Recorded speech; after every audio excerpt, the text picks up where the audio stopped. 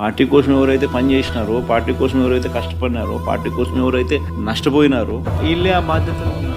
So party అనేది మనది అనేది మనం అందరం కూడా కలిసికట్టుగా ఓనర్షిప్ తీసుకోవాలి. ఆ ఫైర్ అనేది రావాలి. పార్టీని దేశంలో ఏ పార్టీ లేనంత ఇంత బలంగా ఈ పార్టీని చేయాలని చెప్పి దృఢ సంకల్పంతో నిర్ణయం తీసుకొని అడుగులు వేస్తాను. ఇది నేను కేవలం ఎన్నికలు అయిపోయి 4 నెలలు కూడా కాల, 4 నెలలు అయింది. 4 నెలల్లోనే ఇంతగా నేను మిమ్మల్ని పిలిచి, మిమ్మల్ని మోటివేట్ చేసి, జిల్లా అధ్యక్షులను నియమించి, కొత్త వాళ్ళను మోటివేట్ చేసి, ఈ స్ట్రక్చర్ మళ్ళీ తీసుకొని రావాలని చెప్పి, ఇంత ఆర్గనైజ్డ్గా చేయాలని చెప్పి ఇంత మోటివేట్ ఎందుకు చేస్తా ఉన్నానంటే కేవలం అదే, ఆ ఫైరే.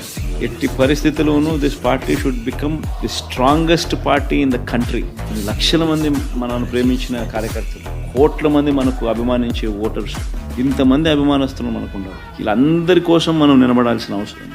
అందరికీ మంచి చేయాలని అంటే మనం ఆ సీట్లో ఉండగలిగితేనే మంచి చేయగలుగుతాం. దానికోసం అని చెప్పి మనం గట్టిగా యుద్ధం చేయాల్సి వస్తుంది.